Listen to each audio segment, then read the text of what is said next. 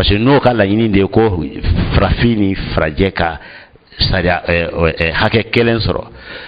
tubabu de tɛ se ka foyi financer min bɛ se ka taa ale ka intérêt contrôle la m'o kelen de f'i ɲɛna pour que i ka CEDEAO faamuya k'a ka laɲini faamuya fɛn dɔ ye Macron sɔrɔ don a ka denmisɛnniya ni a ka amateurisme parce que mɔgɔ bɛ ka mɔgɔ ninnu bila yɔrɔ min na k'a fɔ dɔrɔn ko jamanabaa don ɲɛmɔgɔ don a bɛ k'i na k'a bɛ fɛn bɛɛ dɔn diplôme ba de b'a bolo a y'o to yen o de erreur bɛ hali sini o bɛ da zana la ko n'i taara baara ɲini yɔrɔ tubabu la i bɛ taa américain fɛ i n'i ka diplôme bɛ taa ta kulu belebeleba a bɛ fɔ ko ɲamɛlɛ nin da kɛrɛfɛ i bɛ se min na o yɛrɛ na a b'i ta ka bɔ ka t'i bila laboratoire la ou bien ka t'i bila champ na a bɛ min ye yen dɛ a b'i ta ou bien a b'i bila o kan mais tubabu b'a fɔ ko i ka lucidement diplôme nombre min b'i bolo a b'i ta o de hakɛ ma bon o de bɛ y'ali u ka politique la sinon n'i ye Macron na passé géopolitique école la bi politique dɔnniya école la bi a tɛ passé o e fanga fɔ ko Macron tɛ fɛn dɔn wa Macron tɛ fɛn dɔn fɛn t'a dɔn a tɛ kan ni Mali bi k'o tɛ dɛ parce que Macron ka politique yɛrɛ bɛ ka problème min créer a ka jamana la bi o le k'a ka résolu ni situation wɛrɛ don i kan ka a bɛ comme Ukraine président ka directeur de cabinet mois de novembre a bolila ka bɔ ka interview kɛ heure 3 minutes 27 bɛɛ ɲɛna k'a bɛna datugu a ko a ye jamana sauver sinon a bɛ wara bilen de bolo et puis a sulelen don fana marifa kɛlɛtigɛlan fana samanen don a bɛ se k'a yɛrɛ faga a bɛ se ka mɔgɔ wɛrɛ faga mais u m'a lamɛn. nka ni ye Emmanuel Macron ta k'a lajɛ a ye dantigɛli kɔni kɛ ka wele bila ka ɲɛsin CEDEAO kɛrɛnkɛrɛnnenya la a ɲɛmaya bɛ maa min bolo bi n'o ye Ghana masakɛ ye Nana Akufo-Addo k'u ka ɲankili ta k'anw ka jamana sɛgɛrɛ kuma bɛ yen de o ma sɔrɔ dɔwɛrɛ fɛ u ka kunnafoni jɛnsɛ bondaso min bɛ u yɛrɛ tɔgɔ la hakaja n'a bɛ diɲɛ fan caman fɛ RFI ni France 24 Macron ka nin dantigɛli e b'a ye cogo di n bɛ ka o de fɔ nin ye n ko Macron ka nin dantigɛli de b'a jira jɔn de ta CEDEAO ye sinon France bɛ position min na bi éveil de conscience min ka taa cogo min na farafinna bi ale ka kan ka fɛn bɛɛ kɛ ka ani CEDEAO ka relation étroitesse k'o dugu u ka magɛrɛ dama tɛmɛni sababu bɛ se k'o dugu ale kan k'o dugu c'est-à-dire ka kɛ comme ni CEDEAO n'ale tɛ ɲɔgɔn sira la o ye anw farafinw dɔrɔn de ta ye mais ni e bɔra k'i bɛna weleli kɛ ko sanction mun kan ka ta k'o ta cogo la comme fɔlɔ ta kɛra cogo min na et dorénavant n bɛ garantie di Akufo ma k'a fɔ ko n'a ye fɛn fɛn fɔ an bɛn'o entériner Akufo bɛ faamuya Ɲambele sisan situation dɔ de bɛ ka na an bɛna s'a ma i ka deuxième partie la mun kosɔn parce que question dɔ de don a kan ka poser sisan mun na nin bɛɛ bɛ ka kɛ anw na Nigéria tɛ ka kuma nin minɛnw bɛɛ bɛ ka kɛ na Ghana tɛ ka kuma. n tun bɛna o yɛrɛ de ɲininkali kɛ k'a fɔ n'i ye CEDEAO ta k'a lajɛ francophone jamanaw dɔrɔn t'a kɔnɔ a bɛ fɔ minnu ma lusophone a bɛ fɔ minnu ma francophone a bɛ fɔ minnu ma anglophone olu bɛɛ lajɛlen b'a kɔnɔ faransikan mara tɛ boli olu bɛɛ lajɛlen kan nka bɛɛ lajɛlen kelen don k'an ni an ka gɛlɛya to ɲɔgɔn na cogo di ka CEDEAO fana nunjuru minɛ an bɛ se k'a fɔ k'a di Emmanuel Macron ma a k'i sago k'a la walima k'i dungo k'a la o bɛ faamu cogo di o bɛ bila minɛn jumɛn kɔnɔ. Ɲambele o ma nunjuru minɛ dɔrɔn k'a di Macron ma dɛ o bɛ ka ci kɛ Macron yɛrɛ ma min deli u fɛ pour que k'u yɛrɛ madiya Macron na mais ka anw digu. an ka anglophone jamana b'o kɛ Nigéria bɛ siran Macron ɲɛ wa. merci kuma bɛ yen de parce que n'i y'a ta logiquement farafin bɛ kan k'o question poser an bɛ se k'a deviner ne bɛ se ka bila kunna san option 1 2 3 kun na a bɛ k'a kɛ mais a bɛ k'a kɛ nata min ma o nata tɛna ma fa o parce que i y'a dɔn i m'a dɔn Ukraine ka événement kɔfɛ an bɛna Nations Unies bɛna dayɛlɛ sisan 600 don 100 1 100 2 mais o baara bɛ daminɛ n'a ma kɛ an bɛɛ bɛ ɲinɛ kɔ mɔgɔ si tɛna respecter bilen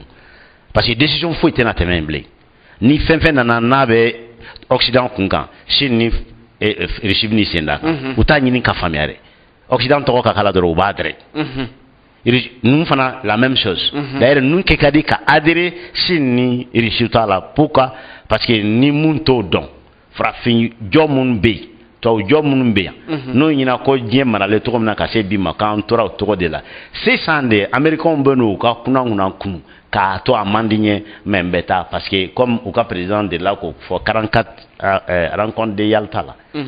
avec Staline 1944 c'est ça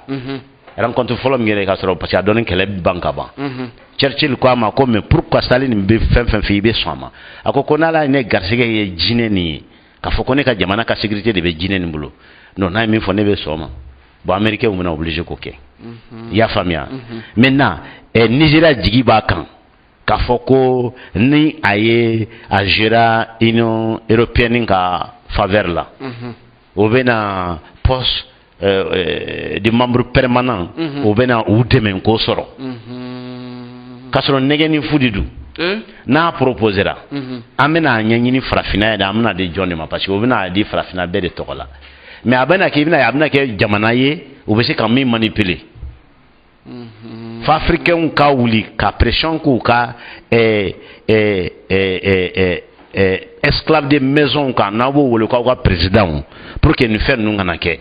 Ghana ka intérêt ye mun ye bibi la a bɛ bala mɔgɔ caman na ko Total tɛ société anglaise mais bibi la n'i ye Total jɔyɔrɔ ta pétrole ko la Ghana société foyi t'a sanfɛ donc ala k'u fɔ filɛ cogo min na nin a bɛ 3e mandat ko la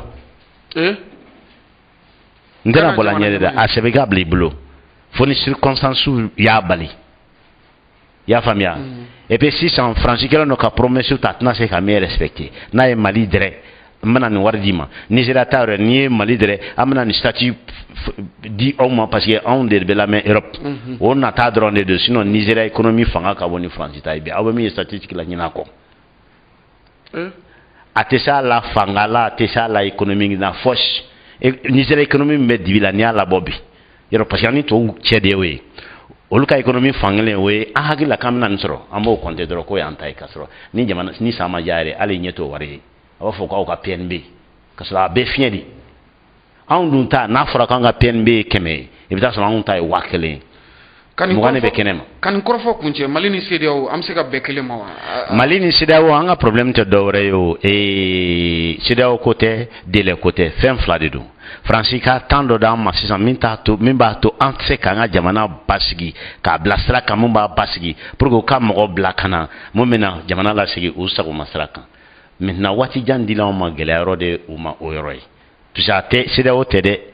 o bɛ ka Faransi ka OK dɔrɔn de kɔnɔ hali ni Faransi y'a di sini ko 5 ans u b'a di olu t'a di CEDEAO la n y'o de f'i ɲɛna siɲɛ 100 maintenant mun na kalo 16 ou bien kalo 20 différence jumɛn de b'a la an ye san joli kɛ ɲɔgɔn sama na sisan kalo 8 différence de b'a ni ɲɔgɔn cɛ u bɛ mun de tiɲɛ a bɛ bonba tiɲɛ n'anw sera k'an ka constitution changer a ɲɛ ma ka mɔgɔ ɲini Mali la basigi bolo ma mun bɛ se ka na k'a continuer ni politique fɛ parce que pour que k'o kɛ an mago bɛ waati de la Faransi de fana bɛna kɛ cogo bɛɛ pour que an k'o waati sɔrɔ sinon i b'a dɔn n ye jamana 3 tɔ min ka exemple d'i ma o ni Mali ka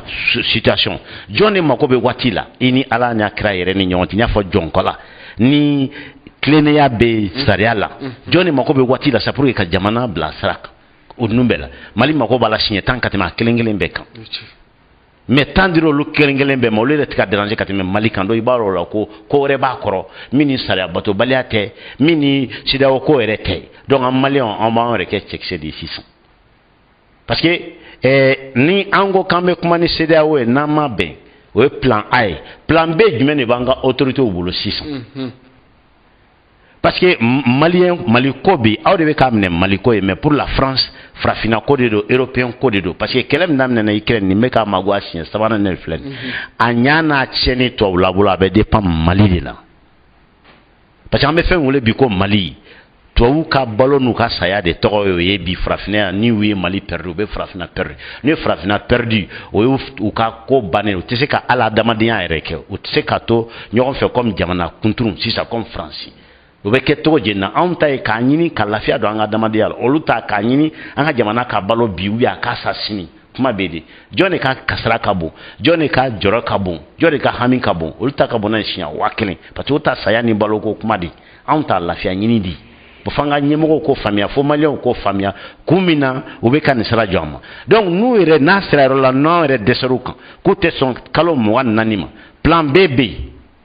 an ka sɔn 16 ma mais 16 nin kɔnɔ an bɛ bɔ système wɛrɛ ye san 40 san 50 ɲinan kɔ tɔw t'a tura la yen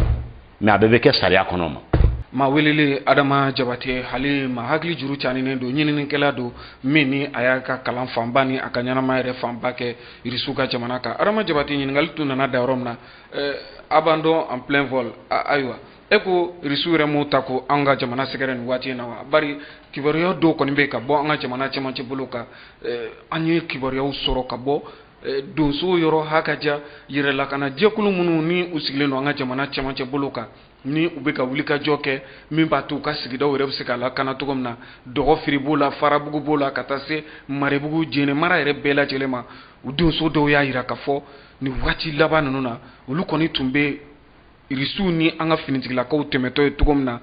e k'o dɔ ma b'o la wa mun bɛ se ka ɲɛfɔ o la sisan Irisiw u bɛ fɛ k'an ka jamana ye k'a to yen wa mun bɛ yen.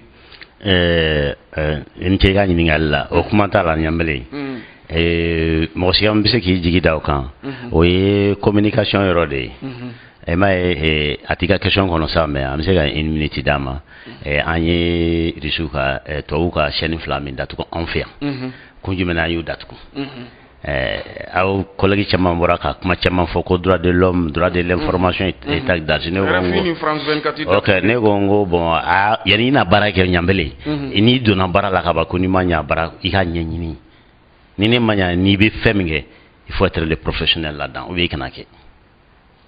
parce que ni situation ni journaliste bɔra k'a bɛ droit à l'information ou bien droit de l'homme kɔrɔ ko a ma foyi faamuya a y'a ci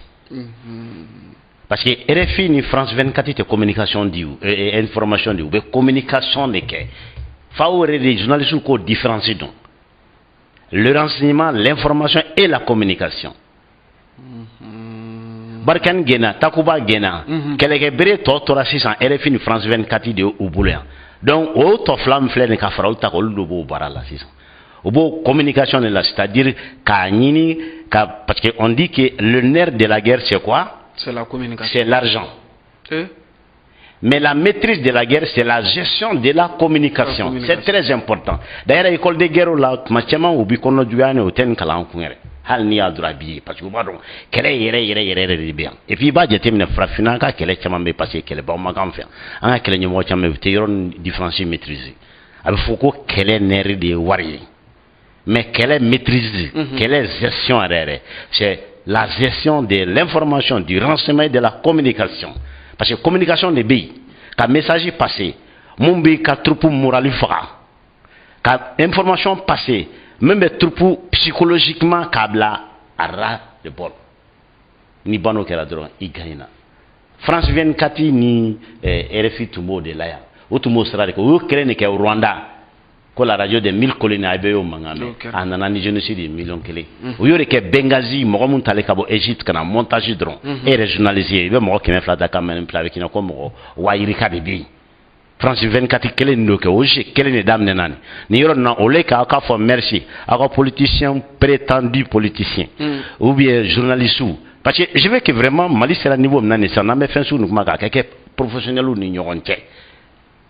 Parce que jamana mun basigile mo se ka klongela théâtre bolo bla olunya te problème ke o parce que avec manakelen flaqué avec boy mécanisme be barake kanya mais en ta ibe de domi ire de ba be créer donc faut mo hakili ma de kana mali tosoroma maintenant journaliste nous ni politicien no me cadeau de kui au cas donc on ni droit de l'homme en droit de l'information be fort en période normale le Mali est en période d'austérité le Mali est en période ce qu'on appelle en droit exceptionnel au corps na kadi militaire yebi ou be damile rencontrer dans la rue ou bi ka mobili minila dans 6 mois ou na colono gouvernement ba sarayi ikono ko testaria normali bon Mali bo état de la 600 donc tous les moyens nécessaires pour la sécurité y compris le droit de chasser ceux qui sont là quand nga jamana torpiller o de tunye o magen ku information ko sonné o gena fem ko afo ko communication o ko to nyani différence de communication et information nyonti voilà ambe nyogon famia parce que nya do ye ça fait mal parce que jamana dem chamambe amakala ni bora ka foka ni te sara sosoy ni nga dambele ko kunjumi na Ukraine kere damne no duk se jodron Union européenne pas France seulement oui Russia Today and Sputnik datugun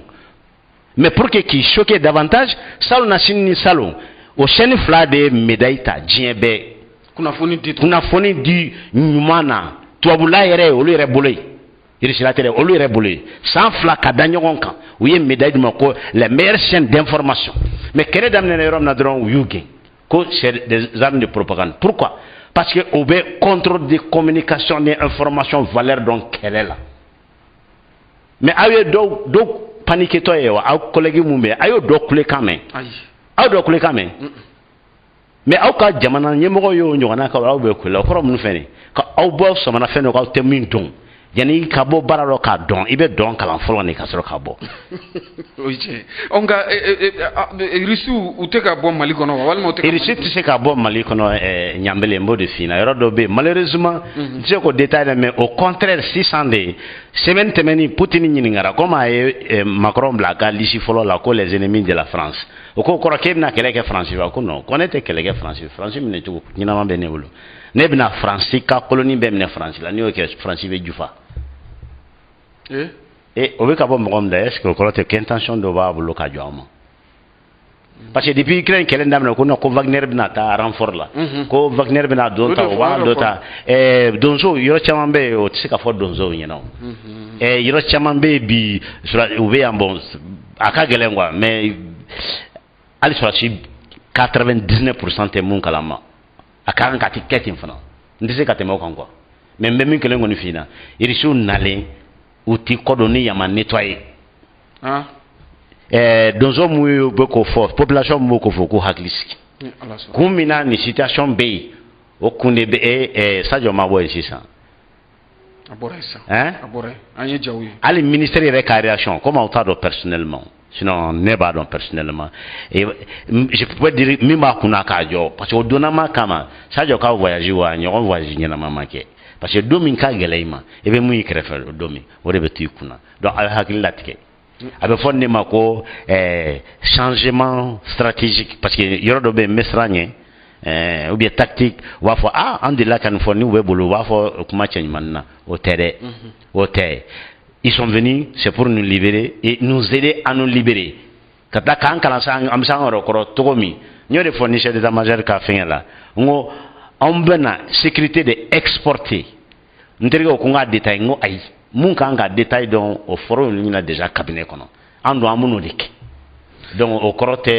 en ce ko to bena au contraire ambe mesure ni na sans pour que rishu ka to ya badai alaka ani sababa be je buna kun ka sisa ambe domne ko bi kuma membe sena na ta kan ka sigi fanga ka bo rishu ani Ukraine karla nywana akuma chera je buna kuka onga kuna funi famba bebe ta France de fait France ya jira ka fo risu nana bi Ukraine jamana ka be ka maufa be ka mau bone unina be ka sanga su bo bi be ka cheni ke uteka adamadia hake shi topoto risiye dans sa jamana de min kelen yere ka akoro do mundi nana nen kelete OK yani ngaso madame Nyambele Yougoslavie kele la 90 parajuna mundi a provoqué Yougoslavie Mounekula. Yougoslavie tort d'entendre que c'était le pays le plus pro-russe dans la zone du pacte de Varsovie. Au Maquet Europe, Tchemanchela, Djamana Djolbora en 6 ans. Croatie, Slovénie, Albanie, Monténégro, Acadie, au Maquet Djébé Siglena. À la fin fois. Au Maquet Galonda, Colin Powell et Ricardo Ada, Alishina regret bien parce que Frafindo. On a remis la femme ko kanata fininko parachoko ira atoko bona poudre ira ko arme chimique ka mo million joli fa Irak jonne kumana ka saram sen bona ani kenekan kele mi kra Libye e bise ka munde soro sare asun kono la ni bise ka justifier ni mi ni Sarkozy ka tentative te kare koma dugo parce que ayo wari nole munta kada fifi o do foyna ba 91 olé accord tani rislaye ko naw sona alman ka fara nyogon kan ante ale impact e risu jamano ko tere hali jamana mutume risu ka influence kono ka marate influence kono no e Pologne Tchécoslovaquie Hongrie Bulgarie Roumanie Tchécoslovaquie et tout le reste mais bi depuis 99 dron oyo Hongrie ni Tchécoslovaquie ni Pologne nadu 2004 Canada Union soviétique yere république yere Estonie Lettonie Latvia kono ladu katlaka Bulgarie ni aton nani nubeladu jamana tangeli au ko kawte impact 600 monnaie de 600 ni Ukraine donna 600 Bedou Mbado historiquement. O tu me fais un Ukraine de Faro Kassi sans savoir. Parce que Jamana, tant en Ukraine, Nico Koko Fli, quand Ukraine Kelenta, on va faire Salamon Lanfia. Comment sur Ukraine a position géostratégique, géopolitique et l'importance culturelle. Il faut qu'il soit dans l'Ukraine, Kokivska russe, 9e siècle. Donc, ni anya famia sisa, Russie ni Ukraine kan la halaya, matum siki na yewa, kabri wati jamwa. Boka tiɲɛ fɔ yanni kɛlɛ nin ka daminɛ yanni mois de décembre cɛ ne tun ma dala n ka kɛ mais depuis décembre parce que mun na mois de décembre parce que décembre kalo de Biden tun kan ka jaabi di Poutine ma mun b'a hakili latigɛ ko Ukraine tɛna don OTAN na mais Biden ma o jaabi di Poutine ma yɔrɔ min na o bɛɛ la ne tun sigilen ko fɛrɛ wɛrɛ bɛna tigɛ a la ou bien parce que Biden tun bɛ fɛ ka Poutine kɔrɔbɔ de i b'a dɔn Ukraine kɛlɛ in a tun bɛ se ka kɛ Mali la a tun bɛ se ka jamana bɛɛ la Ukraine yɛrɛ dɔrɔn tɛ parce que kɛlɛ in tɛ Ukraine kun kan pas seulement mais u ye fɛn fila de ɲini fɛn kelen kɔnɔ ne c'est-à-dire d'une pierre deux coups ka Russie la dakɔrɔbɔ est-ce que min bɛ fɔ ko i tɛ se k'a fɔ k'i bɛ Ukraine minɛ Russie la ni Russie la ma kɛlɛ kɛ en même temps k'a lajɛ capacité min bɛ fɔ k'a bɛ Russie la armement ko la est-ce que tiɲɛ don Amérique ka intérêt fɔlɔ de tun y'o ye en même temps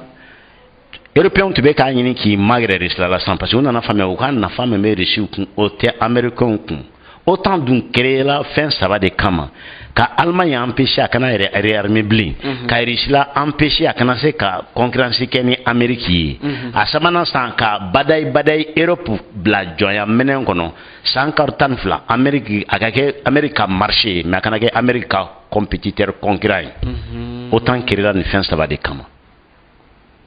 mais i b'a jateminɛ Faransi ka élection campagne ma sisan ali Macron bɛɛ ko an ka n'an ma relation ɲɛnama ɲini ni Russie ye ko Europe ko futur t'a la ko sini ɲɛsigi t'a la opposants yɛrɛ ils vont encore plus loin o b'a Europe États-Unis t'a tɔgɔ ma donc Amérique tuma dɔ ale bɛ danger ba de la sisan pourquoi parce que kɛlɛ yɛrɛ min bɛ kɛ Amérique kɔnɔ o tɛ Europe o bɛ Indo-Pacifique de la Chine Taïwan Corée du Nord maintenant ale de b'an bɔ yen n'o ye européen ye sa a fana b'olu tester f'ale ka 100% garantie sɔrɔ k'olu b'ale kɔ olu dun y'ale kɔ bilali daminɛ parce que o y'a ye sisan géopolitique balance bɛ ka taa côté min na o fana bɛ taga yen teriya tɛ yen yaro n'aw caman ɲininka maliyɛn caman ɲininka o b'a fɔ ko non ko États-Unis ni tubabu tɛ se ka ɲɔgɔn kɔ bila bon américain géopolitique la américain école bɛ b'o fɔ ni guerre nana o b'anw kɛrɛfɛ parce que anw de b'u protéger surtout ye o tɛ se k'i yɛrɛ défend maintenant nana sur le plan économique en concurrent fɔlɔfɔlɔw de don an jugu fɔlɔfɔlɔw de don n bɛ fɛ an ka jamana ɲɛmɔgɔw k'o fana de faamuya n'an bɔra sira ye qui est intelligent foyi tɛ États-Unis empêcher ka Faransi bila ka taa jiwoyo fɛ k'a mago ɲa u bɛ tila ka mɔgɔya k'o la tuguni comme a ye Rwanda ta kɛ cogo min na mais ɲɛmɔgɔ de kan k'o faamuya surtout an bɛ donna diɲɛ waati min na nin ye sisan an ka jamana tɛ se ka gérer kunfɛ baara la bilen. Nka Adama Jabate an y'a ye k'a fɔ maa caman bɛ ka bɔ ka dantigɛliw kɛ hali ni y'a sɔrɔ an bɛ se k'a fɔ pro français caman ka taa se pro occidentaux ma k'a jira k'a fɔ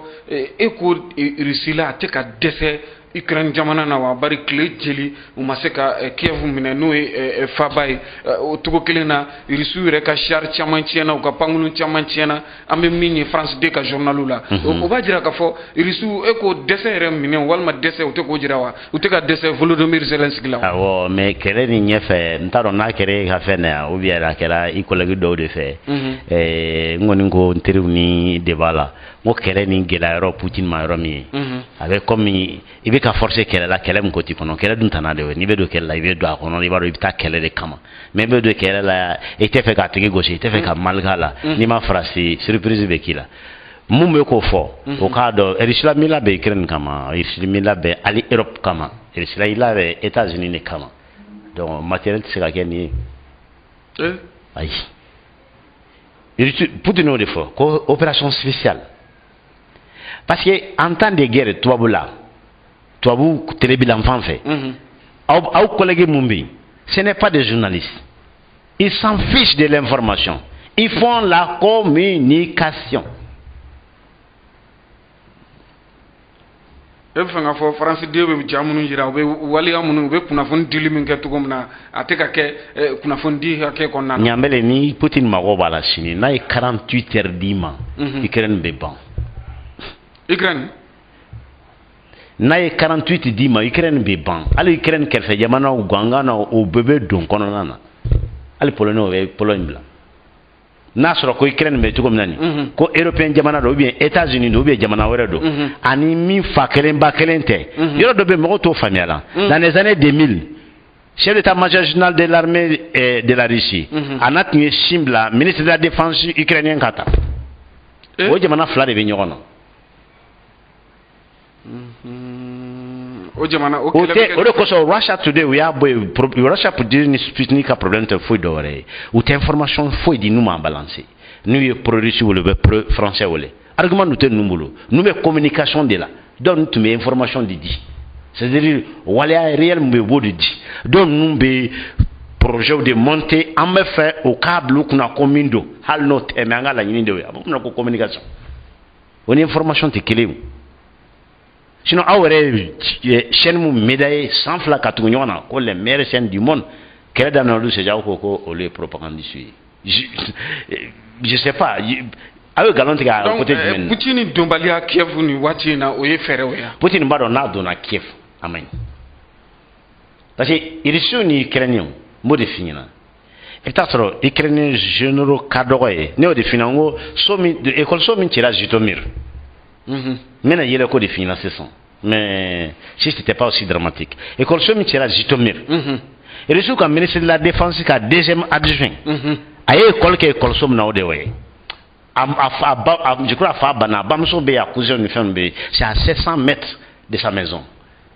Mais le comme ministre de la Défense qui a adjoint de deux. Allez de occuper coopération comme une femme. Aldo Fogin mini. Donc on va dire que vous Russie ni Ukraine avec les. Yorom intégré oui à quoi yorom na ko dénazification. Kata Lvov, Lusk, les zones frontières avec la Pologne. Au lieu d'être fait la Russie et Kabalo. Bon nazi gwe o tien ere au lieu de parler façon de que faut Hitler ere ka mo ko ndanatene. Ka fali ke fo ka timi Hitler ere ka mo la Mazepa ni Suskevich ka mo mais hal ni tarasini u keleno ka monument jo Mazepa e ka do Suskevich mais on a besoin ka famille dans les années 30 collectivisation s'est fait Salini wala am de ma chaman a réfléchi kala parce que mon million euro ça euro 100 ans no a kasara kabo kasara bo aluka immigration mo chaman boro de sans fait le fait que bibi la on ni polonais ka immigration de kacha États-Unis fana bo les diaspora instrumentalisé tout m'a dans la politique tout m'a contre la Russie créer jubé de fleni sinon Biden baro bien ka ATC o de kosɔn n y'o fɔ i fɛ yan n ko ni kɛlɛ daminɛna u tɛna Ukraine dɛmɛ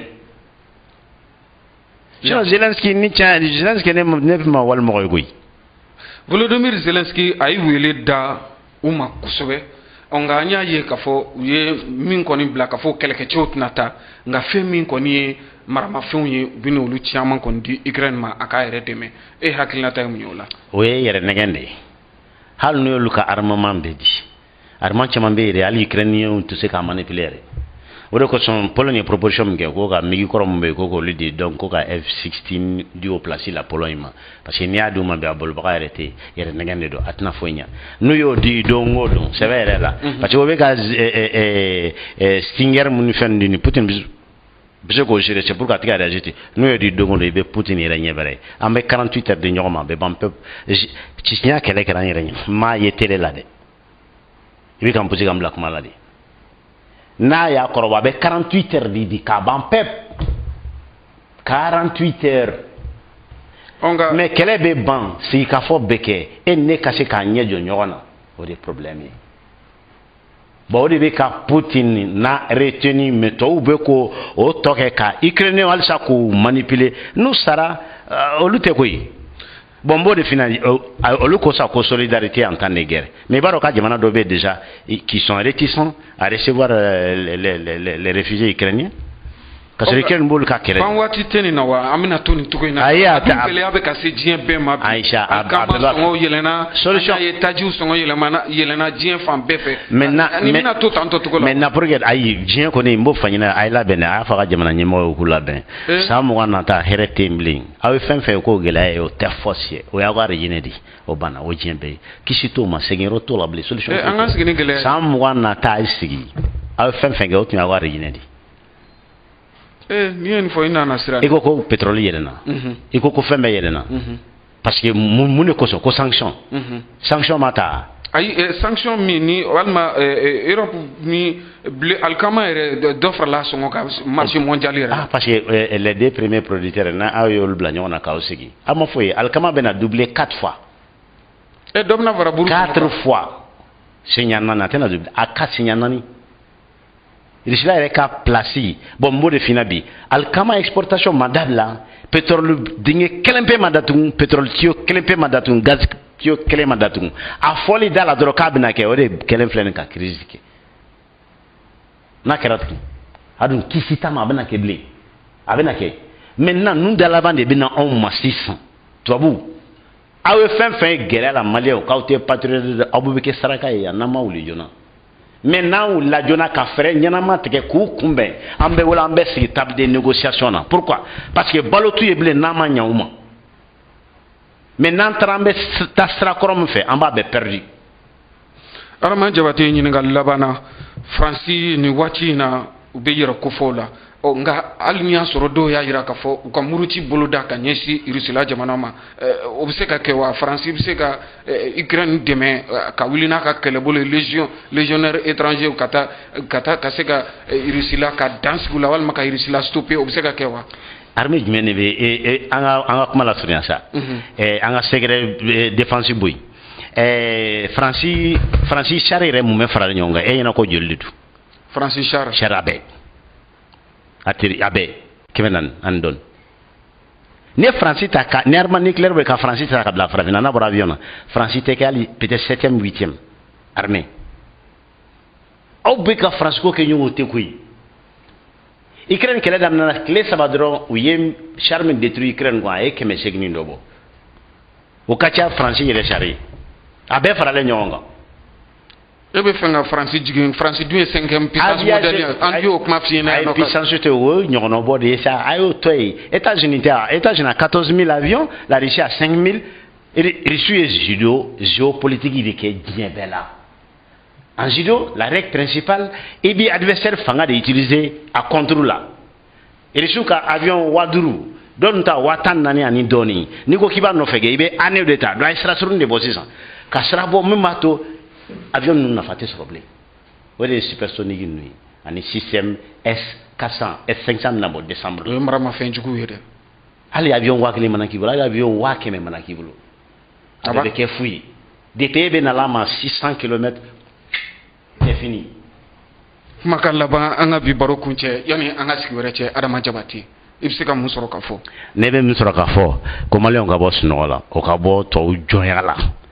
u ko kunkolo branché dɔɔni min bɛna kɛ ten to par réflexe n ka tugun n ka jamana ɲɛmɔgɔ critiquer parce que o man di n ye an t'o yɔrɔ la koyi je mun filɛ an ka denw bɛ ka sa don o don politique Mali la bi moquerie de don k'a fɔ k'i miiri politique ni poste ko ni élection ko la bi molobaliya de don n'a y'a fɔ a ɲɛma jamana fɛn b'a yɛrɛ bonya ni Mali tɛ i bɛ Mali ka kuma yɛrɛ fɔ. mɔgɔ wɛrɛ président tɛ élection na Faransi de précédent don pour que u k'u ka mɔgɔ bila yen min b'o sago kɛ bon o tɛ kɛ yan n'a ma kɛ ɲuman ma a bɛ kɛ juguman ma o tɛ kɛ yan a saya cayara o ma mais maliyɛnw ka wuli Ukraine kɛlɛ bɛna ban tɛmɛ o i hakili latigɛ fiyewu Zelensky k'a sɔnna k'a tɛna dɔn o tɛna bilen Crimée reconnaissance Poutine yɛrɛ b'a dɔn o a b'o to yen a ma sɔn ma même de facto a b'o reconnu k'a pɛrɛnnen don ko ka région fila nin Donetsk ni Lugansk statut discuter Poutine fana k'a ma ko n'o don k'a b'a ni kisi je pense que caman kɛla la